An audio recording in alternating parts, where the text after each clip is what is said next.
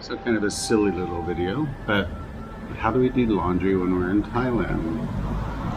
So when we first started coming here, and you can still do it, you can just drop off your laundry at a place that will wash it and they charge you by the kilo. And it used to be you get your laundry washed and folded and delivered to you in a day or two for just, I don't know, a few bucks, $4 or $5 or something like that. But during the last few years, these little laundromats have started to pop up. And one of these popped up just down the road from where our house is at. And so now we just go here. So these may seem a little expensive.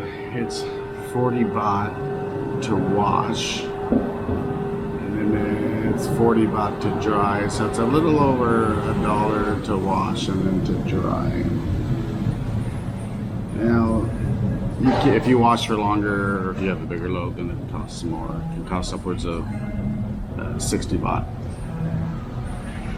So this Bear Wash Laundry is located in the strip mall that's out by the main street from where we live.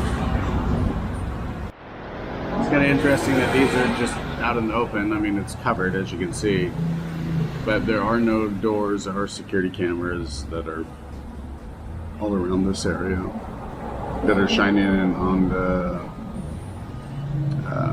washers and dryers. There's also a printer here if you need to print stuff. Of course, it costs money. What else? So laundry detergent here, you can buy it. It is 5 baht for a load. I guess you can go cheapsy and probably spread it across 2 loads depending. So this place looks like they have 8 washers and 8 dryers. And I just noticed that they do have a laundry to go where they will sit there and wash it for you. So what are the prices? Oh, and it's in Thai. Kilo? Is that 1 kilo?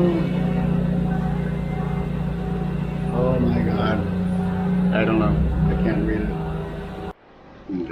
So there you go.